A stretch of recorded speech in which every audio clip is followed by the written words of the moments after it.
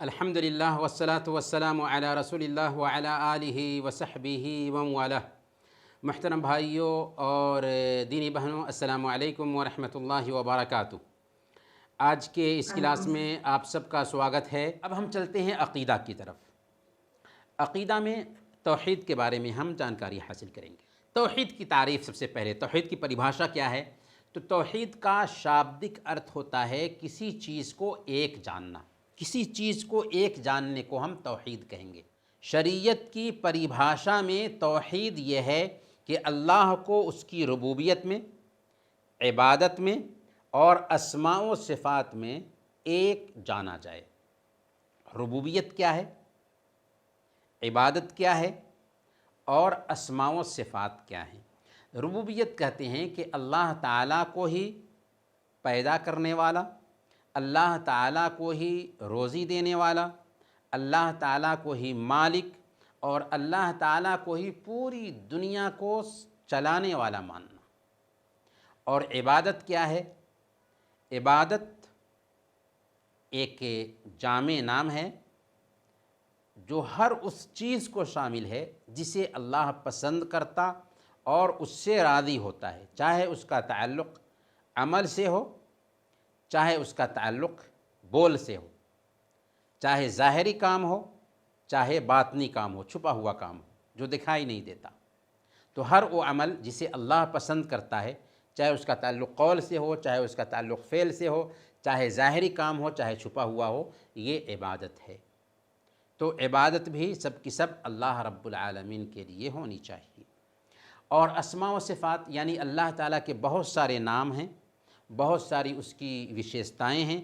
ان ناموں کو ویسے ہی ثابت کیا جائے جیسے وہ نام آئے ہیں، ان کا انکار نہ کیا جائے اور نہ ہی ان کو غلط معنی پہنایا جائے۔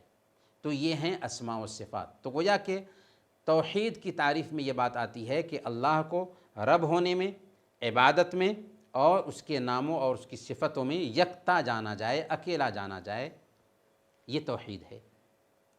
کلمہ توحید کیا ہے؟ لا الہ الا اللہ کو کلمہ توحید کہتے ہیں، جو ایمان کا سب سے اوپری درجہ ہے۔ توحید کی اہمیت کیا ہے؟ جب ہم نے کہا کہ توحید، تو توحید کی اہمیت کیا ہے؟ توحید اصل میں دین کا آدھار ہے، دین کی بنیاد ہے، اور اسی پر دوسرے اعمال ڈیپینڈ ہوتے ہیں۔ یہ سب سے افضل علم ہے، اس سے بڑھ کر کوئی علم نہیں ہو سکتا۔ کیوں؟ اس لیے کہ توحید کا علم گویا کہ اللہ کا علم ہے، اس کا تعلق ڈائریکٹ اللہ سے ہے جو تمام دنیا کا پالنے والا اور پربھو ہے۔ اس لیے اللہ کا علم حاصل کرنا، توحید کا علم حاصل کرنا سارے علموں میں سب سے بہتر علم ہے۔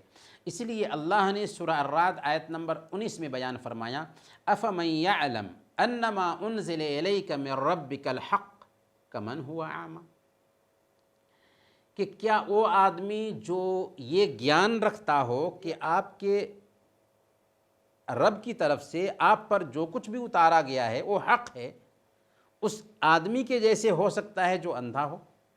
یعنی جو آدمی اللہ کے نبی صلی اللہ علیہ وسلم کی شریعت کا سمرتھن کرتا ہے، وہ حقیقت میں مانو دیکھنے والا ہے، اور جو آدمی اللہ کے نبی صلی اللہ علیہ وسلم کی لائی ہوئی شریعت کا سمرتھن نہیں کرتا، وہ مانو آنکھ رکھ کر بھی اندھا ہے۔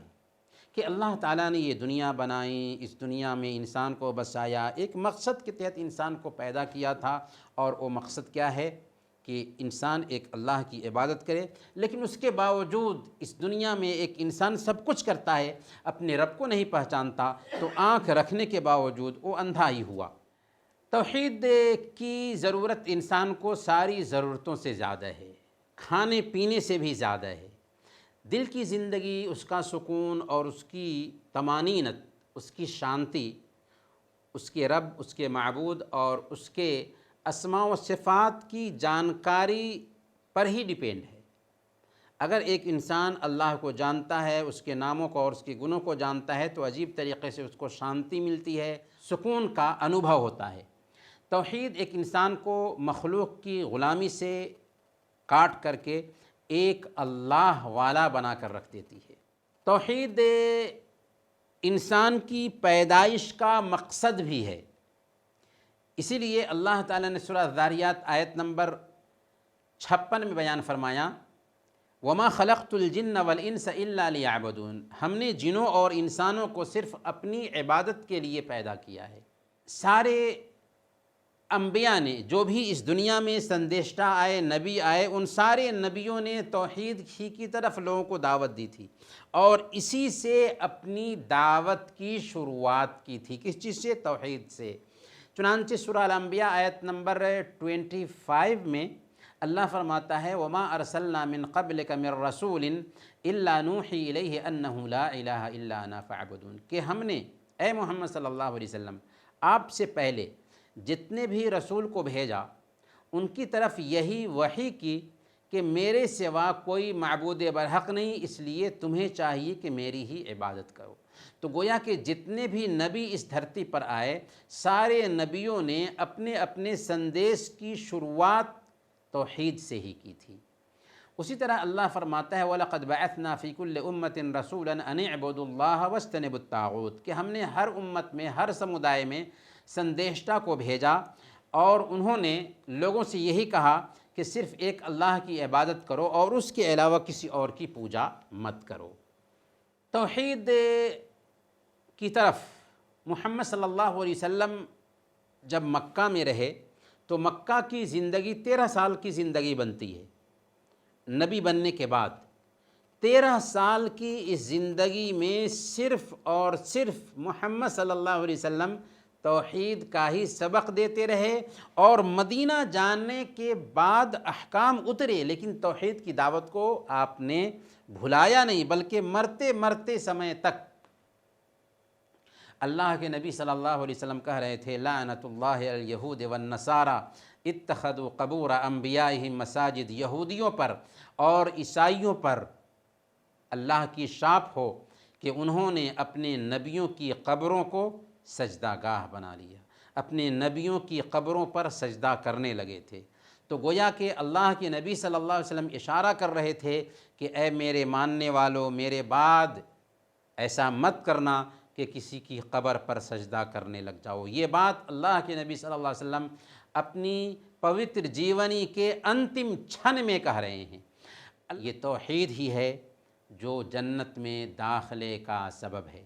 گویا کہ توحید کا ایک فائدہ یہ ہے کہ توحید کی بنیاد پر ہی ہم جنت میں داخل ہو سکتے ہیں۔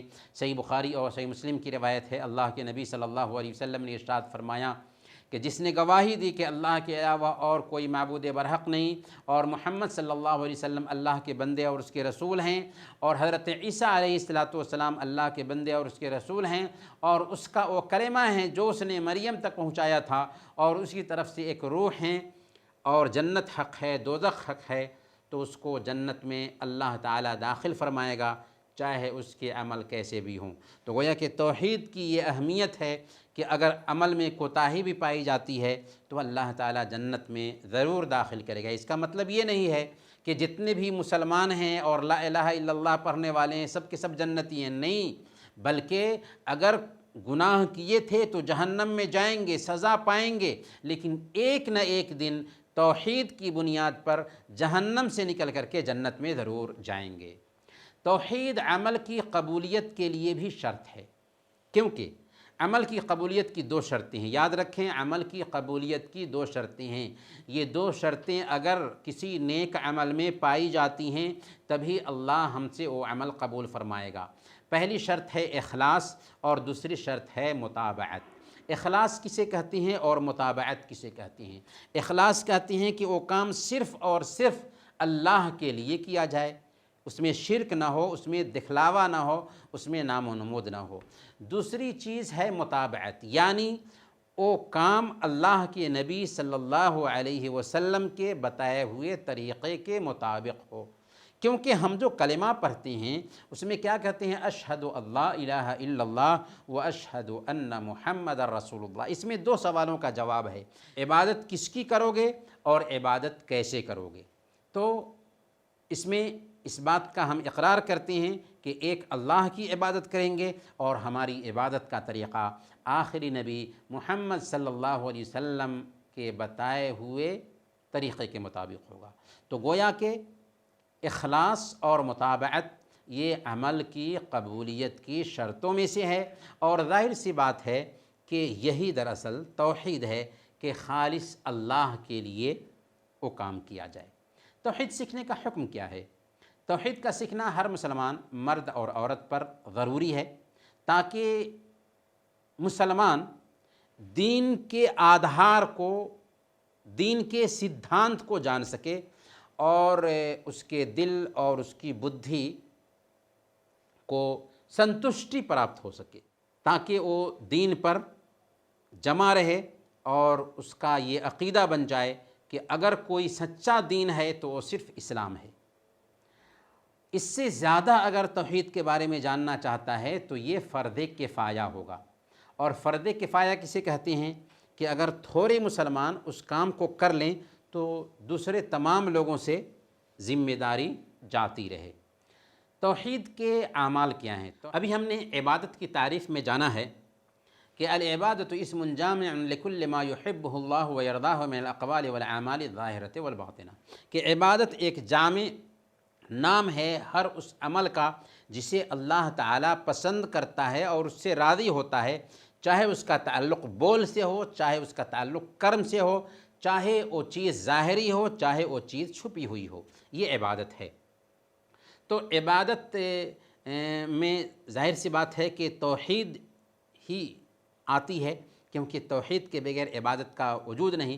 تو توحید کے بھی دو کام ہوتے ہیں، بول اور عمل، جیسے شہادتین کا اقرار کرنا ہے، نماز پڑھنا ہے، زکوٰۃ دینا ہے، حج کرنا ہے، قرآن کی تلاوت کرنا ہے، ذکر کرنا ہے، ذبح کرنا ہے، قسم کھانا ہے، اللہ سے مدد طلب کرنی ہے، تو یہ سب بول سے اس کا تعلق ہوتا ہے اور اس کو لوگ دیکھتے ہیں، نماز پڑھتے ہوئے، شہادت کا اقرار کرتے ہوئے لوگ دیکھتے ہیں۔ اور دوسری عبادت ہے جس کا تعلق دل سے ہوتا ہے، چاہے بول سے تعلق ہو یا کام سے تعلق ہو، لیکن وہ ظاہری نہیں ہوتا بلکہ اس کا تعلق اندر دل سے ہوتا ہے، جیسے ایمان ہے، نیت ہے، نظر ہے، توکل اللہ پر بھروسہ رکھنا ہے، روزہ ہے، ڈر ہے، امید ہے، محبت ہے، کہ ایک انسان ایمان رکھے اللہ پر تو دل میں ایمان رکھنا ہے، نیت دل کے ارادے کا نام ہوتا ہے۔